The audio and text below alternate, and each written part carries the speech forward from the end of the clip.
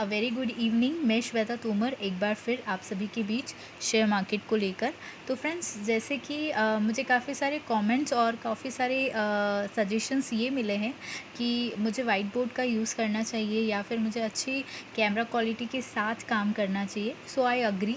First of all thank you so much for appreciating me and मेरे videos को पसंद करने के लिए। तो अभी आई अग्री कि आप सभी लोग सही कह रहे हैं, but right now this is the best way, this is the best possible way जिसके साथ मैं काम कर सकती हूँ। पर डेफिनेटली कुछ कपल ऑफ डेज़ में मैं अच्छी तरीके से इसको और बनाने का प्रेजेंटेशन वाइज अच्छी तरीके से करने का ट्राई करूँगी। तो फ्रेंड्स, अभी के लिए आपसे यही रिक्वेस्ट रहेगा कि इसको पेशेंसली सुने ताकि ये इन्फॉर्मेशन आप तक पहुँचे, क्योंकि इन्फॉर्मेशन बिल्कुल करेक्ट है, बिल्कुल सही है और आप तक बहुत ही सही और सरल तरीके से पहुंचाने की मैं कोशिश कर रही हूँ।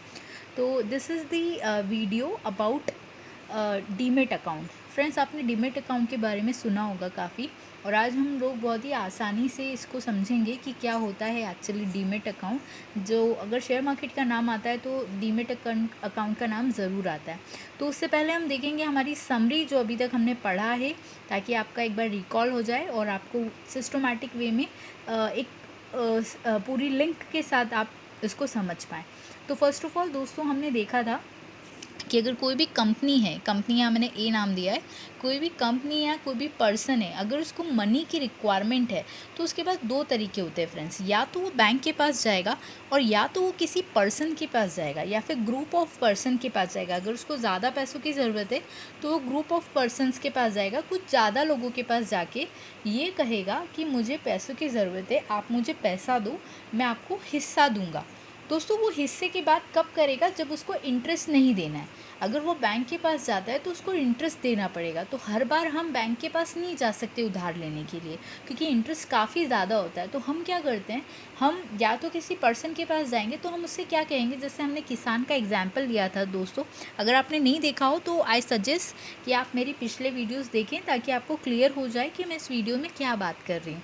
तो जैसे कि हमने देखा था कि किसान को अगर ज़रूरत है तो वो अपने टमाटर देकर और कुछ पैसे लेता है। तो वैसे ही जब दोस्तों हमारी चीज़ का कुछ हिस्सा हमें देने की आवश्यकता पड़ जाए और उसके बदले में हमें पैसा मिले, तो वो हिस्से को बोलते हैं शेयर दोस्तों। हर बार हम ब्याज ना देते हुए किसी पर्सन के पास जाकर उसको हमारा कुछ हिस्सा दे दें, जिस तरीके से किसान ने किया था। टमाटर का कुछ हिस्सा उस व्यक्ति को दे दिया और उसके बदले उस व्यक्ति से पैसे ले लिए दोस्तों। तो यहाँ पर किसान को ब्याज देने की ज़रूरत नहीं पड़ी दोस्तों, उसका ब्याज बच गया और उसका काम भी हो गया, उसको पैसे मिल गए। तो दोस्तों, ये एक तरीका हो सकता है। तो जहाँ पर अब ये तो किसान की बात हुई, पर दोस्तों हमें यहाँ पर जाना है कंपनी के बारे में। तो कंपनी के केस में क्या होता है, कंपनी के केस में अगेन जहाँ पर कंपनीज अपने शेयर बेचती है, अब हम मेन पॉइंट पे आते हैं, जहाँ कंपनी अपने शेयर्स बेचती है, अपनी हिस्सेदारी बेचती है, उस जगह को कहते हैं दोस्तों शेयर मार्केट। समझ रहे हैं आप? दो टर्म्स यहाँ पर हमने सीखी। फर्स्ट इज शेयर क्या होता है, शेयर इज हिस्सा। सेकंड, शेयर बाजार क्या होता है, या शेयर मार्केट बोल लो या सिक्योरिटी मार्केट भी बोलते हैं दोस्तों, इसको याद रखिएगा। तो वो क्या होता है, वो ये होता है कि जहाँ पर कंपनीज अपनी हिस्सेदारी बेचती है, वो जगह शेयर मार्केट कहलाती है। हम एक एग्जांपल लेते हैं, जैसे फ्रूट मार्केट होता है। फ्रूट मार्केट में क्या बिकते हैं दोस्तों? फ्रूट्स बिकते हैं। तो वैसे ही शेयर मार्केट में क्या बिकते हैं? शेयर्स बिकते हैं दोस्तों। अब फ्रूट मार्केट में आपको उतने ही फ्रूट मिलेंगे जितना पैसा आप देंगे, वैसे ही शेयर मार्केट में आपको उस कंपनी का उतना ही शेयर मिलेगा जितना आप पैसा देंगे। फ्रूट मार्केट के अंदर बहुत सारे फ्रूट की दुकान होती है, वैसे ही शेयर मार्केट में बहुत सारी कंपनीज होती हैं। फ्रूट मार्केट में आप उस व्यक्ति से फ्रूट खरीदते हैं जहाँ पर आपको लगता है कि इसके फ्रूट अच्छे हैं, अच्छे दिख रहे हैं, फ्रेश दिख रहे हैं, ताज़ा दिख रहे हैं, कीड़े नहीं लगे हैं। वैसे ही शेयर मार्केट में आप उसी कंपनी को ख़रीदते हैं, उसी कंपनी के शेयर खरीदते हैं जहां आपको लगता है कि ये कंपनी अच्छा काम कर रही है, कंपनी मुनाफा हमें आगे भी देगी, तो हमें इसके शेयर खरीदने चाहिए, हमें इसकी हिस्सेदारी खरीदनी चाहिए।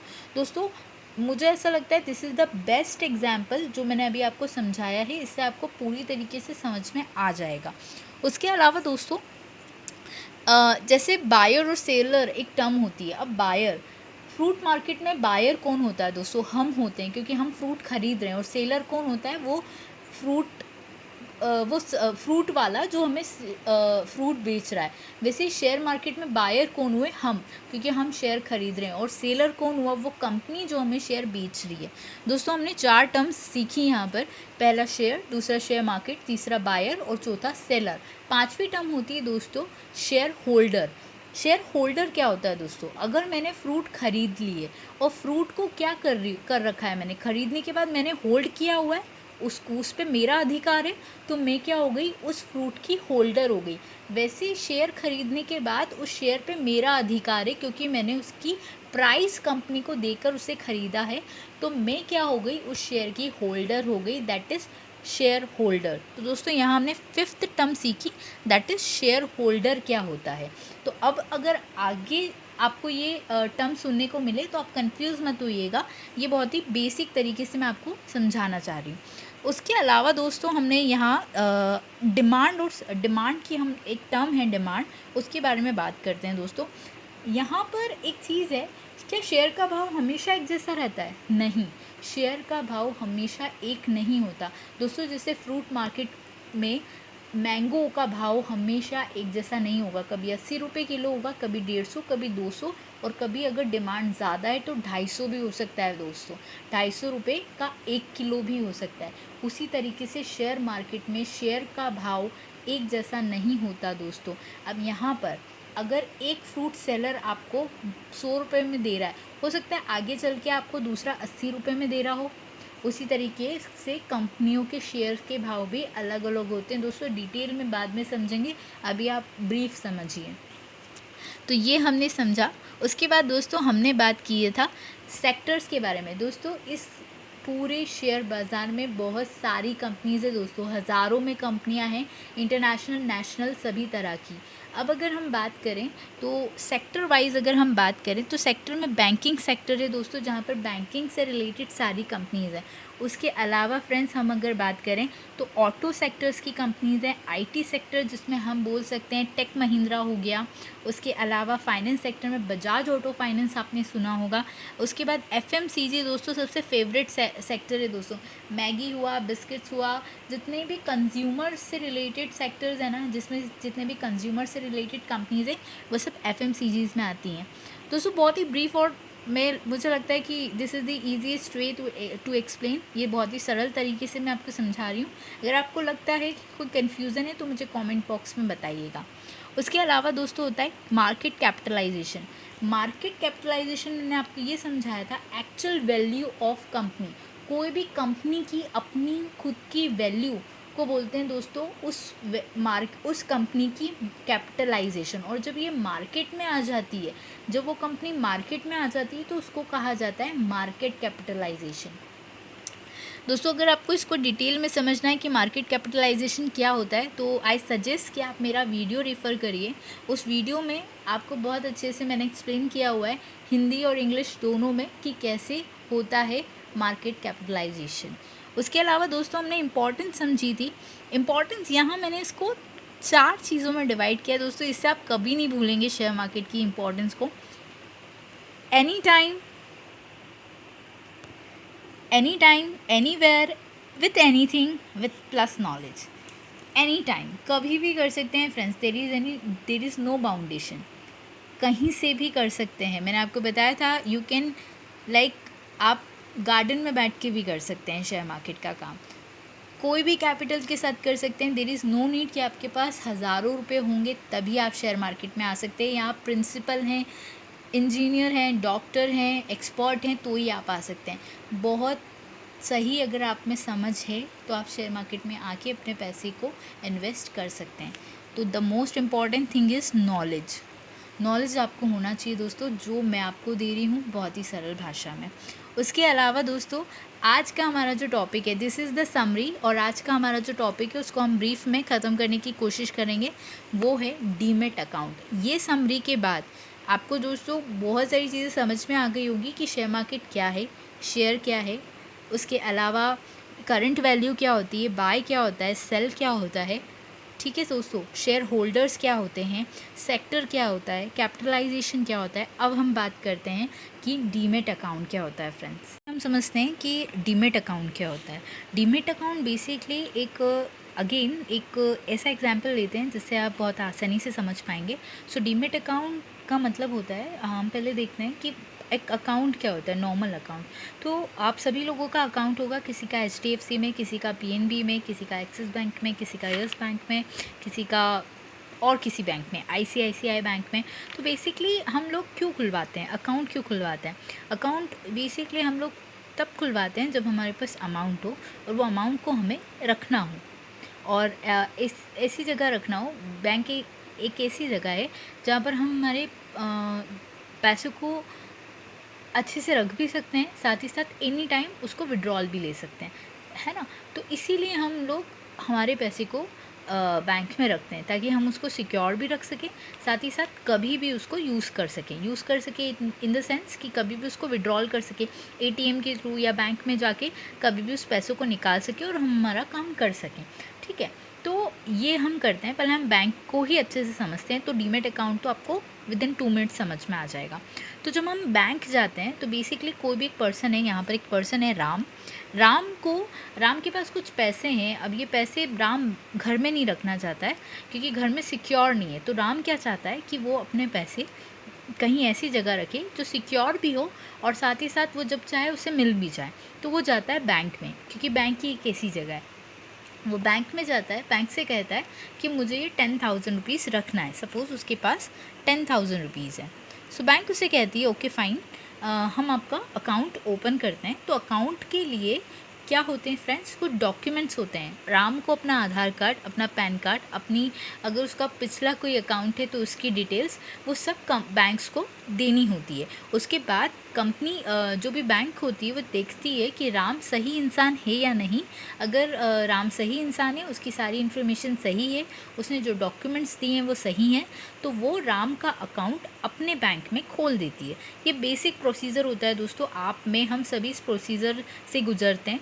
तो उसके बाद उस राम का उस बैंक में अकाउंट खुल जाता है।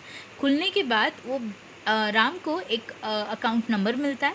उस अकाउंट नंबर में राम के पैसे होते हैं, वो पैसे होते हैं। अब यहाँ पर समझने वाली बात है, वो पैसे कैसे होते हैं फ्रेंड्स? फिजिकल फॉर्म में वो पैसों को आप छू सकते हैं, है ना। वो पैसों को आप कभी भी विड्रॉल ले सकते हैं, बाहर निकाल सकते हैं। जब बाहर निकालेंगे तो क्यों निकालते हैं? अच्छा, व्यक्ति पैसे विड्रॉल क्यों करता है? उसको बाहर कुछ चीज़ खरीदनी होगी, या तो उसको शॉपिंग करनी होगी, या तो उसको घर का कोई ग्रॉसरी खरीदना होगा, या तो उसको ड्रेस खरीदना होगा, उसको फ़ी पे करना होगा, कुछ ना कुछ उसको चीज़ करनी होगी, तभी वो बैंक से पैसा विड्रॉल करेगा। तो पहली चीज़, वो बैंक में पैसा डिपॉजिट करता है। सेकंड, ये बहुत ही आपको लग रहा होगा बहुत इजी चीज़ है, इसमें इतना एलॉबरेट करने की क्या ज़रूरत है, इतना खींचने की ज़रूरत क्या है? पर नहीं, अगर आपको डीमेट अकाउंट समझना है तो आपको बैंक का बेसिस समझना बहुत ज़रूरी है। तो यहाँ हमने ये समझा। अब हम बात करते हैं, अब एक और चीज़, हम क्या करते हैं, मनी डिपॉजिट करते हैं बैंक में। सेकंड, हम फिज़िकल फॉर्म में इसको डिपॉजिट करते हैं, और जो ट्रांजैक्शन होता है वो भी मनी के फॉर्म में होता है दोस्तों। हम मनी ही सेव करते हैं और मनी ही विड्रॉल करते हैं।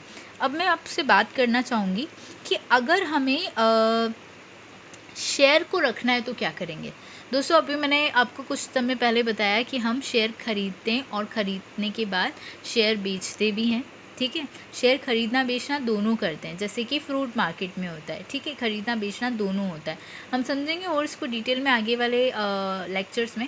अभी आप ये समझिए कि अगर अभी हम सिर्फ खरीदने की बात करते हैं, बैंक ने बेचा और हमने ख़रीदा, तो हमने ख़रीदा तो कहाँ रखेंगे हम, और कैसा दिखता है ये शेयर? क्या सच में टुकड़ा दे देती है कंपनी हमें अपने कंपनी का? नहीं दोस्तों, वो शेयर होता है, फिज़िकल फॉर्म में नहीं होता है, वो होता है आपका, बोल सकते हैं सॉफ्ट कॉपी में, ठीक है। तो वो सॉफ्ट कॉपी होती है दोस्तों, जो कि आप छू नहीं सकते हैं दोस्तों।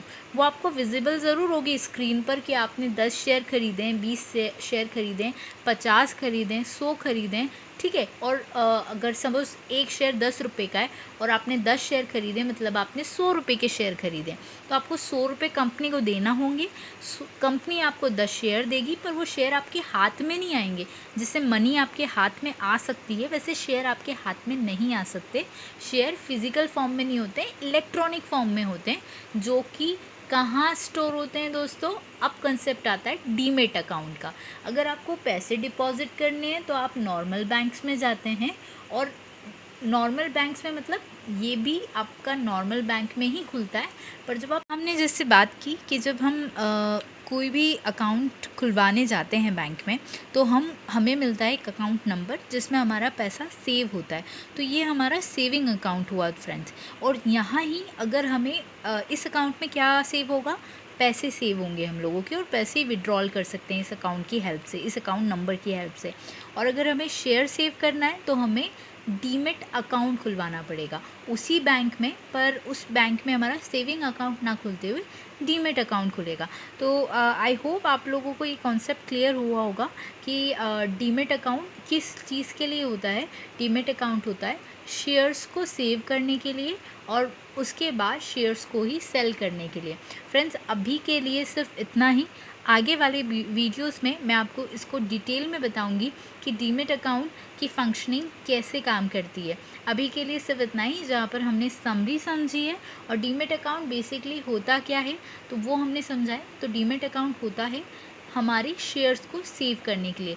Thank you so much friends. I hope आप लोगों को ये वीडियोस पसंद आ रही होंगी, और आगे भी आप ऐसे ही अप्रिशिएट करते रहिएगा। और अगर कोई कन्फ्यूज़न या कोई सजेशन आपकी तरफ से आप रखना चाहते हैं तो बिल्कुल रख सकते हैं कमेंट करके। Thank you so much friends.